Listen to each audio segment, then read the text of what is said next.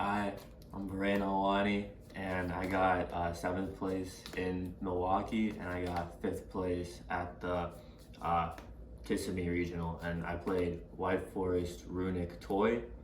I have 3 shout outs. I want to shout out Jen for testing with me, shout out Kaz for testing with me too and telling me how bad I was with this deck and helping me fix my gameplay, and shout out Janelle for helping with the deck theory. Let's get right into it. So I played, I think the standard 3 Elzet, 3 Sylvie, 3 Rucia, 1 Woes, and 1 Tails. I've seen some people cut this down, but for me personally, I just always wanted to see a level 4 tuner in my hand to make my Rucia no matter what, since every single runic spell was able to just tutor level 2. Didn't miss a second one of the trap, primarily because even if you go through it, you can always bounce back your Dia Bells and then hard summon it again to add this back to hand. So you just get to reuse it. Yeah, I think this was pretty standard. So that was all the White Forest cards. Next, for the toy cards, I did play 2 Soldier, 1 Tank, and then 3 Toy Box. A lot of people aren't playing this engine with this deck, because sometimes you feel really stupid when you see runic cards and toy cards and you have no way to access your White Forest engine. But honestly, these cards were just so explosive. I think what I valued the most out of these were the fact that you can just set them, and then they're just like free cards that, you know, provide more value when you use your Elzet or your Rucia, right? So they just, you know, it's like you get rid of a card and then it just comes back, which is why, you know, these feel really good too. You know, it's like you're not really losing any advantage, you're just gaining advantage and momentum. If these, I know some people were playing board breakers in these spots, like they were playing like Dark Ruler and Evenly. I also just wanted to play the game as much as possible. I want to have fun while doing it, and these cards just, you know, let me keep going. Like these cards just eat my opponent's hand trap. It's like you're just hand looping them, which felt really good.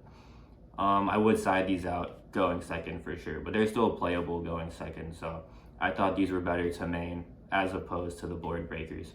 You could also play the draw cards like Upstart, Chicken Game, Terraforming, all that.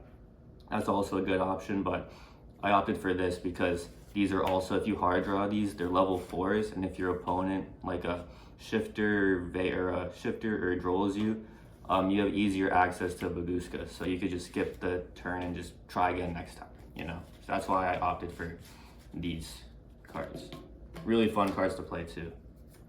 Now for the runic cards, I played the 2 Fountain, and then 3 Tip, 3 Flashing Fire, 3 Freezing Curses, 3 Destruction, 3 Slumber, 1 Dispelling, 1 Smiting Storm. So 17 quick plays.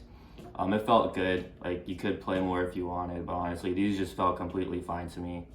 All you really need to do is open one of them, and then let's say, like, you know, you get your Fountain, you could always just, like, if you open one, you could just get the same exact one back with Dia Bells if necessary. So like your Fountain is still like, you get you a draw for next turn, right? So yeah, that felt great. And then for the non-engine, played 3 Talents and 1 Skill Drain. Skill Drain is just crazy in this deck, you know? It's like, if your opponent somehow breaks your whole board, which is very difficult to do despite how like minimal the end board is, you have this as like a additional, like, you know, 1 of broken card that can just seal the game for you. It's good in this deck. You could get rid of it yourself and just recycle it over again. And Talents was pretty good. A lot of the times I just used this when my hand wasn't as good. I would play what's it called? My runic spells in like main phase, hopefully to bait out like a Veiler or Ash, and because it didn't matter if it got hit, I couldn't play anyways. Talents would just draw me 2 cards, and now I could play the game again. Also pretty good for going second. This was, you know, probably, I wouldn't, you know, cut this for anything. This was great. Next for the extra deck, tokens, field centers. I played 3 Hugin, 1 Gary, and 1 Munin. Munin for the time card. Oops. Munin is a pretty good time card. Pretty much solidifies the win if you're going first game 3. The Hugin's at 3. This is definitely needed because a lot of times you'll go through 2 during your combo, and if, you know, 1 gets interrupted, which is really nice with this deck, once you, you know, synchro it off, since a lot of your cards like replace themselves, you can just summon this again and then discard another one. So you can like pitch twice to get 2 fountains, or if one gets interrupted, you still get a fountain anyways. Your opponent feels really bad for, veiling or infirming the first one if you're gonna get a fountain anyway. So it felt, pretty nice with this that you could do that.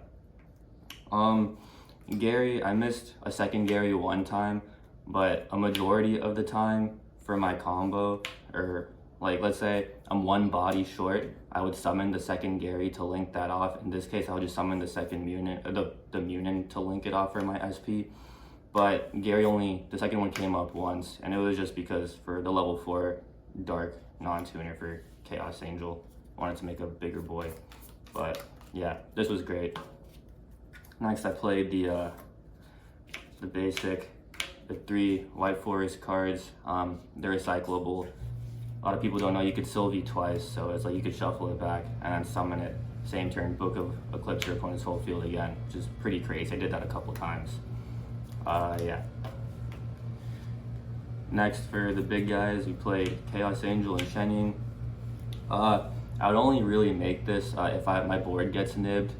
I would summon this and then, banish something out my opponent's nib. And then you'd go through the tri-edge line with it. So what you would do is you get nibbed, use this to send your Silvera, and you could shuffle 2 back, and then you still have 1 in graveyard for, your opponent's turn. And you would go into this with the Runick spell. So you'd have, your 2/4 tuners and then a Hugin, make this, make this, and then, keep going from there. And Chaos Angel is just crazy. It procs your Shenying too. A lot of the times I would just have this on field and I'll just feel unstoppable, right? And this guy gets really big. Then for utility, I played a Zapper Shrimp to summon off the Diabels. Mainly, like, this card would end up popping my opponent's Nightmare Pain and Sangan summoning, which is really good, and then you would synchro into Chaos Angel or Shenying, whichever you prefer, depending on the situation. Great card. I only missed Formula Synchron once, but so far it's really good. I played Scarlight for time and just to clear my opponent's board. I was considering playing Eschaton Knife, and I realized, why would I do that when I could just play this and it does the exact same thing and burn my opponent for time. This card was crazy. I had my opponent down to 1400 one game, and then I just made a big board and just destroyed it myself to finish him off. It was really good. And I played SP. It's the only Link monster you need. Your end board in this deck is pretty much, where is it? You end on Diabel SP, and then Fountain Pass, and you have like a bunch of cards in hand. Like, I know this looks like very minimal, but every single time I went first, I think I probably only lost 1 time when I made this end board. It's just so difficult to break, even though it looks like nothing. It plays around everything. It plays around evenly. Nib, you just tag out evenly as well. Your opponent wants to skip their battle phase evenly. You just tag out, and you have your Runick Fountain still. This is more than enough to, keep you still in the game. Yeah, but this combo right here is like ridiculous. It's like unbreakable. And then last card I played was Baguska. This came up a lot. A lot of the times I would get Shifter, Drolled, or even Charmied sometimes if I don't want to play into the Charmy. I would just, off my Runick spell, whatever would happen, I would just summon Gary, normal summon 1 on my forest, make Baguska, pass, and try again next turn. And a lot of decks can't really clear this card, which is really nice right now. So it was just a fail safe. Or it's like, if I can't play the game, well then you can't play the game even more, and I'll try again next turn. Just really fun. I made this card a lot, actually. Came in clutch. Now for side deck, I played 1 Veiler. It's searchable off of your level 6. A lot of the times with this deck, I would already have every single White Forest card I could possibly want in my hand. You open like even a multiple or something, so I would just search the Veiler instead. This is only for going first. I never really put it in going second because I don't want to open myself up to talents like that. Don't really play hand traps in my side. But yeah, Veiler was pretty good.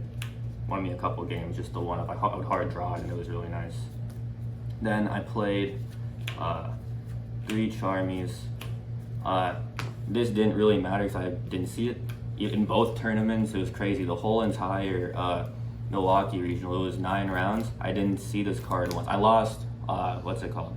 I lost most of my die rolls. I only won 3 die rolls in Milwaukee.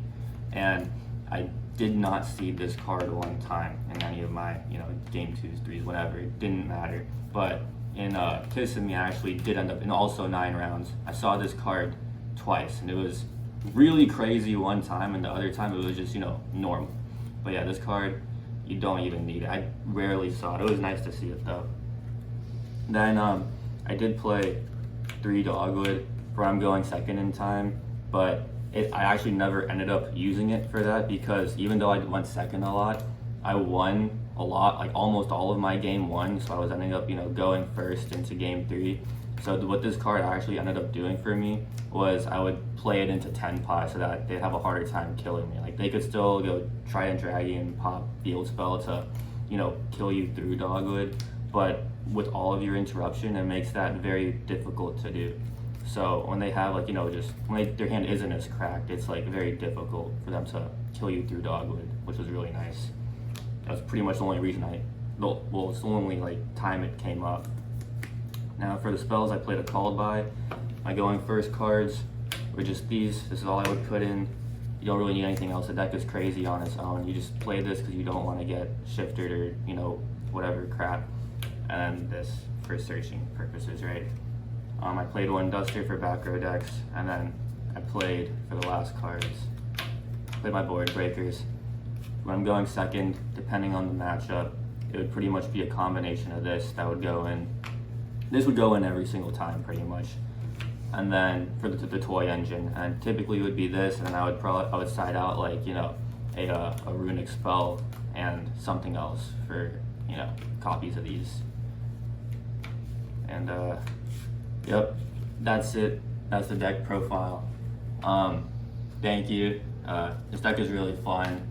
Very difficult to play too, but honestly it's a blast. Toy cards are fun, and thank you.